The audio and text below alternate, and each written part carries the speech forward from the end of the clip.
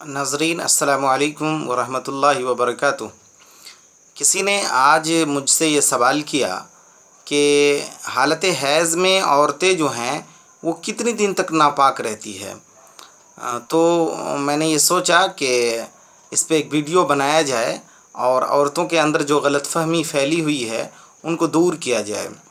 तो मैं आपको बताना चाहूँगा कि हालत हैज़ में जो औरतें नापाक रहती हैं उसकी नापाकी उसी वक्त तक है जब तक कि उसको खून आ रहा है।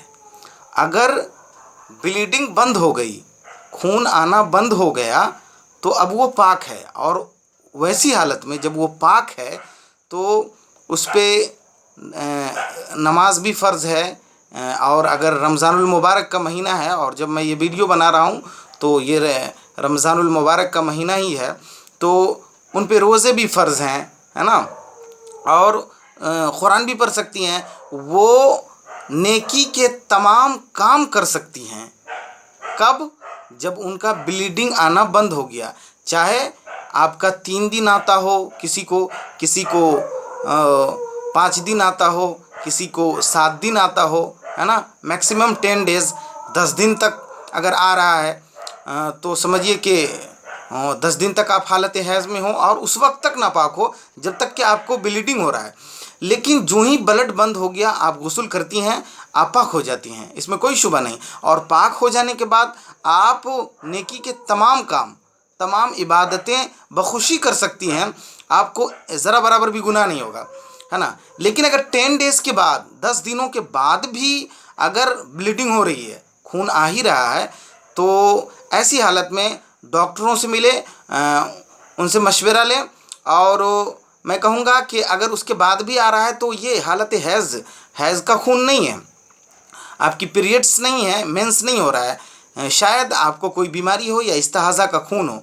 तो ऐसी सूरत में जब आप बीमारी की हालत में हो, इस्तिहाज़ा हो या कोई और बीमारी हो, तो वैसी सूरत में अगर आपको ब्लीडिंग भी हो रहा है, ब्लीडिंग भी हो रही है, और तो ऐसी सूरत में आपको नमाज भी पढ़ना है, चाहे ब्लीडिंग हो रही हो, रोज़ा भी रखना है और तमाम नेकी के काम करने हैं, क्योंकि वो मजबूरी हो गई। अब तो वहाँ पे करना पड़ेगा।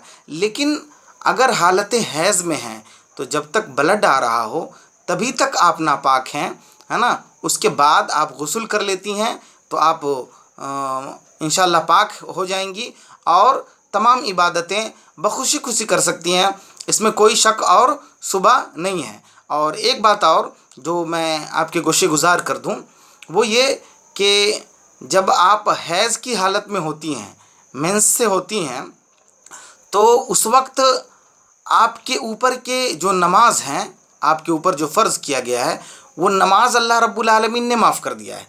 लेकिन अगर रोज़ा है, रमज़ान के महीना में अगर ऐसी हालत में आप आ जाती हैं तो आपके ऊपर जो रमज़ान के रोज़े हैं वो फ़र्ज़ किए गए हैं, तो वो माफ़ नहीं है। आपको दूसरे अय्याम में, दूसरे दिनों में या दूसरे महीना में आपको उसका क़ज़ा करना है, आप दूसरे महीने में उसको रखेंगी।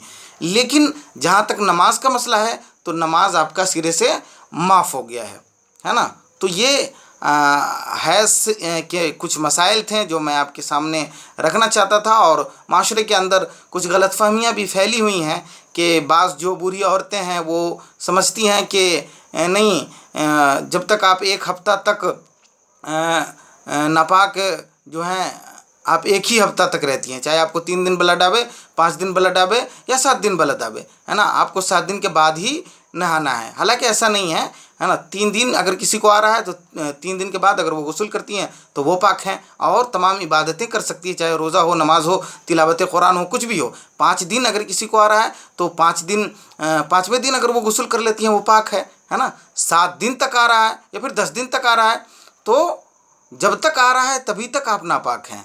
आपकी ब्लीडिंग बंद हुई, आप पाक हो गए, आप बखुशी कोई भी नेकी का काम कर सकते हैं, आपको ज़रा बराबर भी गुनाह नहीं होगा, है ना। अब आखिर में मैं आपसे रुखसत हो जाऊंगा, लेकिन मैं आपको बताता चलूं कि अगर इसी तरह के आपको अगर वीडियोस चाहिए, है ना, या फिर इस्लाम से मुताल्लिक़ आपकी कुछ गलतफ़हमियाँ हैं या कुछ सवालात आपके जहन के अंदर हैं, तो मैं आपको बता दूं کہ آپ نیچے کامنٹ میں آپ سوال کر سکتے ہیں یا کر سکتی ہیں، میں ان کا جواب انشاءاللہ دینے کی کوشش کروں گا۔